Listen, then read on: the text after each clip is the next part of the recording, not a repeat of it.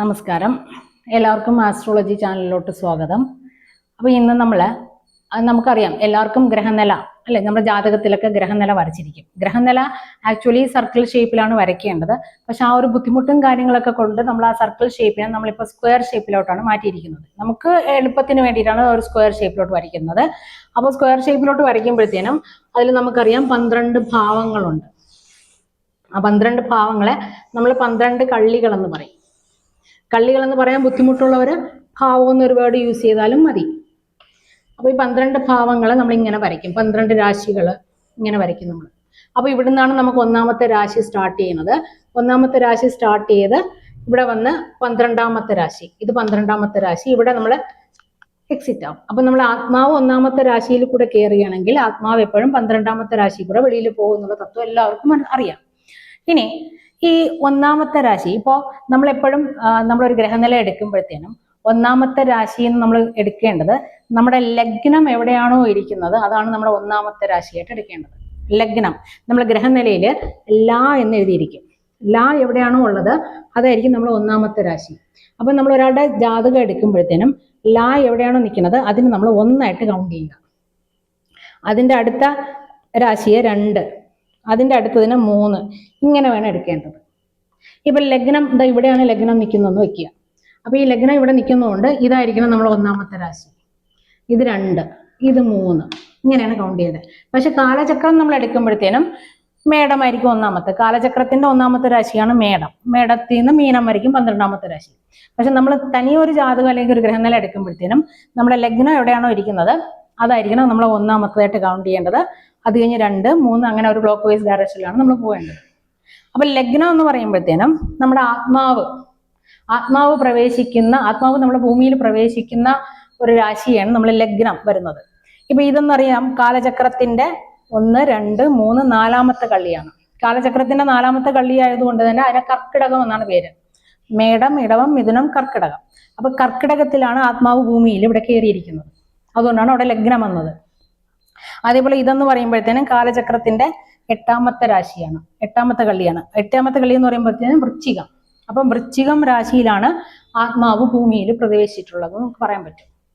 ഇനി ഈ ലഗ്നം വെച്ചിട്ട് നമുക്ക് ഒരാളുടെ ലഗ്നം എവിടെയാണോ ഇരിക്കുന്നത്, ഏത് രാശിയിലാണോ ഏത് കള്ളിയിലാണോ ലഗ്നം ഇരിക്കുന്നത് അത് വെച്ചിട്ട് നമുക്ക് ആ ആളിന്റെ ഒരു ക്യാരക്ടർ പറയാൻ വേണ്ടി പറ്റും. അയാളുടെ സ്വഭാവം, അയാളുടെ രൂപം, അയാളുടെ കളറ്, അയാളുടെ ഒരു സ്വഭാവത്തിനെല്ലാം നമുക്ക് ലഗ്നം വെച്ചിട്ട് പറയാൻ വേണ്ടി പറ്റും.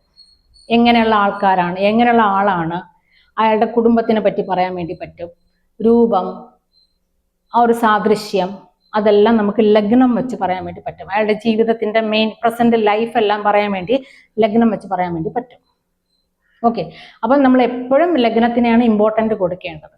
ലഗ്നം ഏത് കള്ളിയിലാണോ ഏത് രാശിയിലാണോ, പിന്നെ ലഗ്നം നമ്മൾ നോക്കുമ്പോഴത്തേന് ലഗ്നം ഏത് നക്ഷത്രത്തിലാണ് ഇരിക്കുന്നത് എന്ന് കൂടെ നോക്കണം.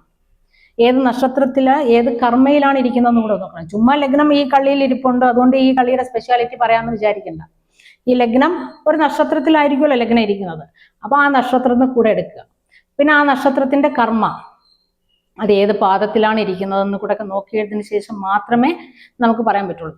പിന്നെ ലഗ്നം ഇവിടെ ഇരിക്കുന്നത് കൊണ്ട് തന്നെ ഇതിന്റെ ഓപ്പോസിറ്റ് എന്ന് പറയുമ്പോൾ ഈ ഒരു രാശിയാണ് വരുന്നത് അല്ലെ. എപ്പോഴും ആ ലഗ്നത്തിൽ നിന്ന് 7ാമത്തെ ഇതായിരിക്കും അതിന്റെ ഓപ്പോസിറ്റ് ഉള്ളത്. അപ്പൊ ഈ ഒരു രാശിയിലുള്ള ഒരു നക്ഷത്രവും പിന്നെ ഇവിടെ ഒരു നോട്ടം ഉണ്ടായിരിക്കും. അപ്പൊ ആ നോട്ടത്തിനെയും കൂടെ വെച്ച് പറയുക.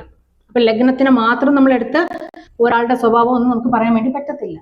നമ്മൾ ലഗ്നത്തിന്റെ കൂടെ അതിരിക്കുന്ന നക്ഷത്രം, അതിന്റെ കർമ്മ, പിന്നെ ഈ ഒരു രാശിയുടെ ഒരു മെയിൻ അധിപതി ഉണ്ടല്ലോ ആ അധിപതി എടുക്കുക. പിന്നെ ഇവിടത്തേക്ക് ആരാണ് ഇവിടെ നോക്കുന്നത് ഒരു നോട്ടം ഉണ്ടാവും. എപ്പോഴും ഒരു കള്ളിക്ക് അതിന്റെ 7ാമത്തെ കള്ളിയിലോട്ട് ഒരു നോട്ടം ഉണ്ടാവും. അപ്പൊ ഇവിടെ നിന്ന് ആരാണ് ഇങ്ങോട്ട് നോക്കുന്നത്, അപ്പൊ അതെല്ലാം എടുത്തിട്ട് വേണം മാത്രമേ നമുക്ക് ഒരാളുടെ ലഗ്നത്തിനെ പറയാൻ വേണ്ടി പറ്റുള്ളൂ. ഓക്കെ, പിന്നെ ലഗ്നത്തിന്റെ കൂടെ നമ്മൾ കണ്ടിട്ടുണ്ട് ചിലപ്പം ലഗ്നത്തിന്റെ കൂടെ സൂര്യൻ ഉണ്ടാവും. ലഗ്നം ഇരിക്കുന്ന അതേ ബോക്സിൽ അതേ കള്ളിയിൽ ചിലവർക്ക് രാ എന്ന് എഴുതിയിട്ടുണ്ടായിരിക്കും. രാ എന്ന് പറഞ്ഞാൽ എന്താണ്? രവി, സൂര്യൻ. ലഗ്നത്തിന്റെ കൂടെ തന്നെ സൂര്യനും ഉണ്ട്.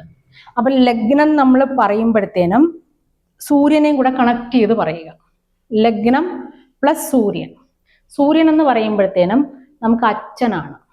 എപ്പോഴും ഒരു ഗ്രഹനിലയിൽ സൂര്യൻ റെപ്രസെന്റ് ചെയ്യുക, സൂര്യന്റെ ഒരു കാരകത്വം എന്ന് പറയുമ്പോഴത്തേനും അച്ഛനാണ്, ചന്ദ്രന്റെ കാരകത്വം എന്ന് പറയുമ്പോഴത്തേനും അമ്മയാണ്.